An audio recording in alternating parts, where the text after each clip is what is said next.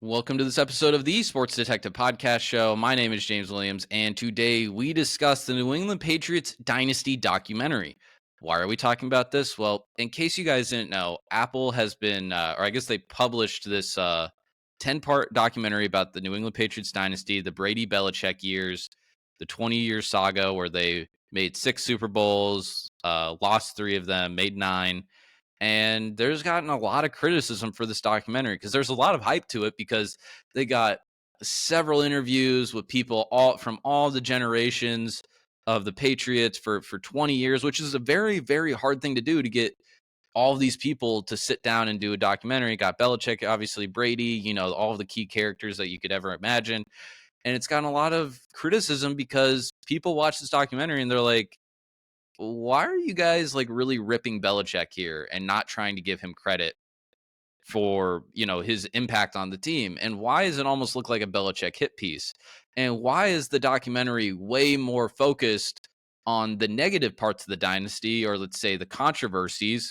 You could say scandals if you wanted to be really critical of those situations that the Patriots had. Why are they more focused on that stuff than the actual football stuff? Now, I don't think anyone wants them to gloss over that stuff, but when there's a balance that you have to have where it's like, don't just gloss over it or not even mention it, but to do like an entire, like when you have 20 years and you're doing a whole episode on Spygate, that seems a little odd. But finally, Robert Kraft, the owner of the New England Patriots, finally spoke out against this atrocity of a documentary. And this is what Robert Kraft had to say. I felt bad that there was so much emphasis on the more controversial and, let's say, challenging situations over the last 20 years. I wish they had focused more on our Super Bowl wins, our 21-game win streak. I felt bad there were players who gave hours and hours of interviews, and they only felt the negativity. So a little disappointed that there wasn't more of a real positive approach, especially for Patriots fans who have lived the experience with us. Gosh, I wonder who produced this documentary. Guys, in case you didn't know, the Kraft Company produced this documentary. Robert Kraft funded this documentary. And that's just how documentaries are made today, where especially in sports, where it's like usually the subject or subjects of the documentary are the people that are like, producing the documentary. And because of that, I think some of the sports documentaries are kind of hit and miss, and we'll get to that here in a minute. But Robert Kraft produced the documentary. Now, I'm not saying Robert Kraft, was in the editing bay. I know he wasn't in the editing bay, just saying, cut this part, add this part, basically being like super hands on in that perspective there. But there's definitely Robert Kraft, definitely, or at least people in the Kraft company, definitely gave some influence to the people making the documentary, or the people making the documentary definitely felt an influence to like, hey, propped up Robert Kraft, bash Belichick. Now you could maybe even have another theory that like Tom Brady had something to do with this, because there's a weird sequence in like the Eagles Super Bowl where Nick Foles catches the Philly special touchdown, and somebody on Twitter did a really good detective job of this, where they looked up the original like call from the Super Bowl with Al Michaels, and they look up the how the call was played in the Patriots Dynasty, and in the Patriots Dynasty documentary, they cut out Nick Foles' name. Like Al Michaels, if you watch the call, the Philly special call, Al Michaels says Foles touchdown. If you watch the Patriots documentary, it just says touchdown. They literally took the time to cut out his name. So if they took the time to do that specific detail and cut out somebody's name, they definitely knew what they were doing with all of this other stuff. It wasn't like, oh, wait a second, we put this whole thing together and oh my God, Belichick's getting some negative feedback. And even Bill Belichick, if you watch some of his interviews on documentary, he can kind of tell what's going on. He can kind of tell that like they're trying to like, do a little bit of a hit piece on him. And it's just kind of amazing to me that like, I don't know, someone like Robert Kraft and the Krafts could be just this insular to think that like people would watch this documentary and they wanted a Robert Kraft, praising, and they would be okay with them just bashing Belichick, and they were just going to eat up the documentary no matter what. It's honestly just kind of fascinating to me. And again, it's one thing if you're going to do a documentary where you're going to be focusing on the negative parts of the New England Patriots, and that's going to be your primary focus of it. It's one thing if you're going to do that. But if you're going to do that, you have to hit everything. You can't leave anything out. And I'll say this, I didn't watch the documentary because I was hearing all of this stuff that I just talked about for the last 5 minutes. And I was like, oh, I really don't want to watch a Belichick hit piece. I don't have anything against the Patriots. I don't have anything for the Patriots. But I didn't want to like see just some sort of biased, representation of a documentary. That's kind of my thing with sports documentaries in general right now. I don't really touch them unless like I think especially if I think there's going to be some sort of bias, which a lot of them have now. But um talking about controversies, you have Deflategate, you have Spygate, you have the Aaron Hernandez situation. I believe it's the 2018 AFC Championship game. New England Patriots are playing at Arrowhead Stadium in Kansas City. Robert Kraft, instead of flying his jet directly to Kansas City from New England, makes a little stop in Florida. And he goes to a little massage parlor and he gets a little suck job. Then he flies to Kansas City. A year later, this comes out, and Robert Kraft is getting brought up on charges soliciting prostitution. I didn't watch the documentary, but I'm 99% sure it did not talk about that at all. I'm 99% sure it did not talk about that at all. Now, if this was a flipped way around and it was going to be a negative Patriots documentary, a negative Robert Kraft documentary, how much time do you think they would have spent on that? They probably would have spent a decent amount of time on it. If it was a just completely unbiased view of the Patriots over the last 20 years, do you think they would have just not mentioned that at all? Or do you think, especially if they were talking to Robert Kraft and Robert Kraft is a character in this documentary, they're probably mentioning it a little bit, but I doubt they mentioned it at all. So I'll just use the last little bit of time here to just talk about documentaries, because I've just seen it over the last few years online where people get really hyped up for these documentaries. And it seems like more often than not, we just keep getting disappointed. I think there's a similar thing with like biopics now where people are like, oh my God, this Bob Marley movie gonna be awesome. And then they watch it and like, oh, this kind of sucks. I didn't watch a Bob Marley movie, by the way. Don't have an opinion on it. But the thing is here, guys, documentaries have changed over the last 15 years. It used to be in 2002, if you're with your girlfriend, your wife, your friends, whatever, and you're like, hey, do you guys want to watch this documentary?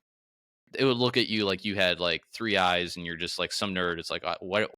Documentaries used to be boring and they weren't entertaining. They're more educational. And there's something that you turned on in your social studies class and you'd fall asleep.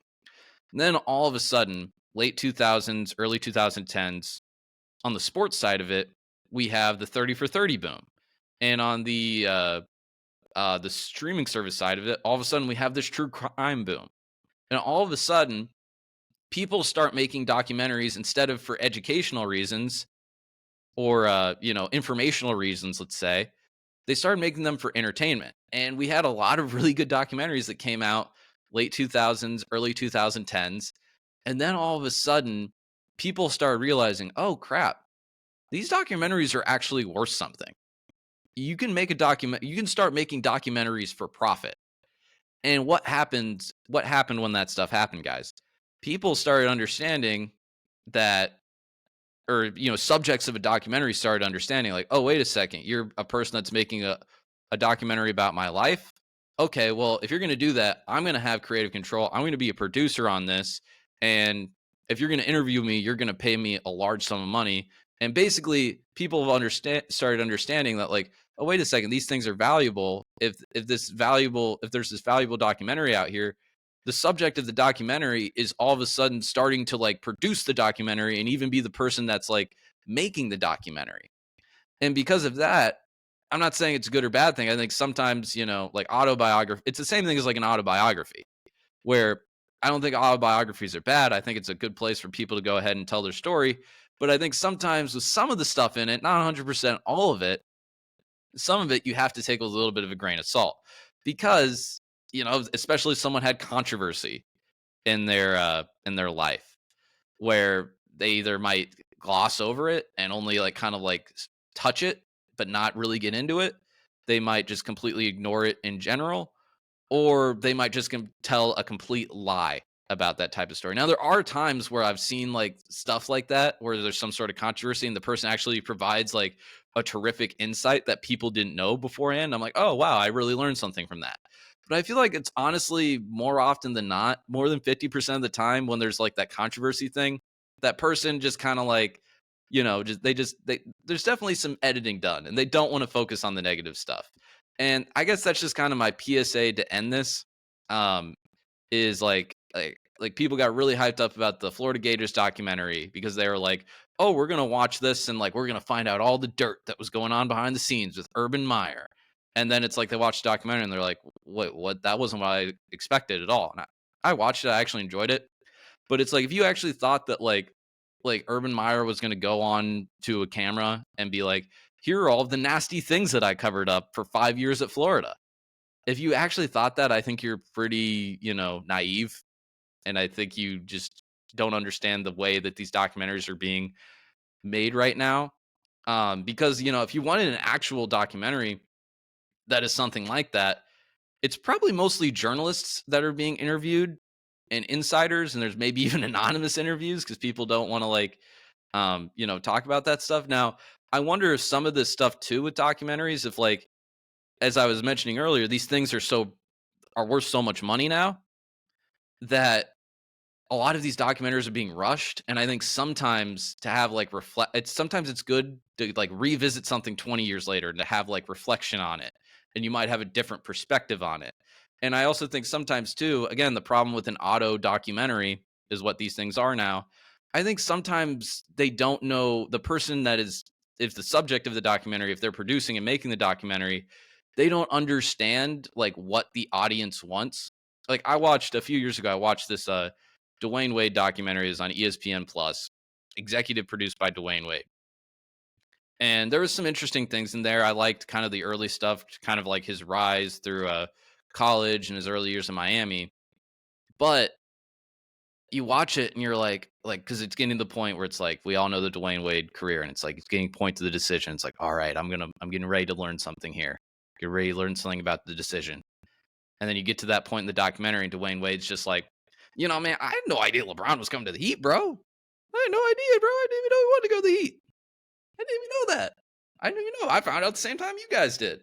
And it's like, dude, you guys were planning this for years. You guys made sure that you guys had all of your contracts end in the summer of 2010. You took all of you guys took pay cuts to join the same team together. My ass cheeks, you guys didn't know. You didn't know that LeBron James was going to Miami. And to Dwayne Wade's credit, it's not like it was just a fluff piece for Dwayne Wade the whole time. He talked about later in the documentary having a child out of wedlock, basically cheating on his wife. He didn't get too detailed with that stuff, but those are kind of hard things to admit. But like, you're doing a documentary on ESPN Plus. I'm sorry, dude. 99% of the people that are watching that documentary that have ESPN Plus don't care about Gabrielle Union and don't care that you cheated on her. We care about what was going on in the basketball court. Now, again, I understand. It's just going to be kind of funny that, like, that documentary was made where Dwayne Wade was like, I didn't know anything about the decision, bro. And there's going to be, whether it's going to be a specific Miami Heat LeBron documentary or it's going to be a 25-part LeBron documentary or whatever, and Dwayne Wade will get interviewed for that, by the way, then that's where we hear the full story of what they know, or at least their telling of the story. It's just going to be funny that it's going to be a completely different story than what he told on his own documentary. I just think that's kind of funny. So anyway, I've been talking way too long on this. So thank you guys for divulging me for the last like 7 minutes. I know you probably came here to listen to Robert Kraft, but hopefully the last 7 minutes you learned a little bit of something. If you enjoyed this video and you're still watching right now, hit that like button. Please hit subscribe if you haven't already. We do all kinds of different videos on this show. We do NFL, college football, NBA, college basketball, some MLB stuff, sports media stuff when we find it interesting enough to talk about. So thank you very much for watching. I'll talk to you next time.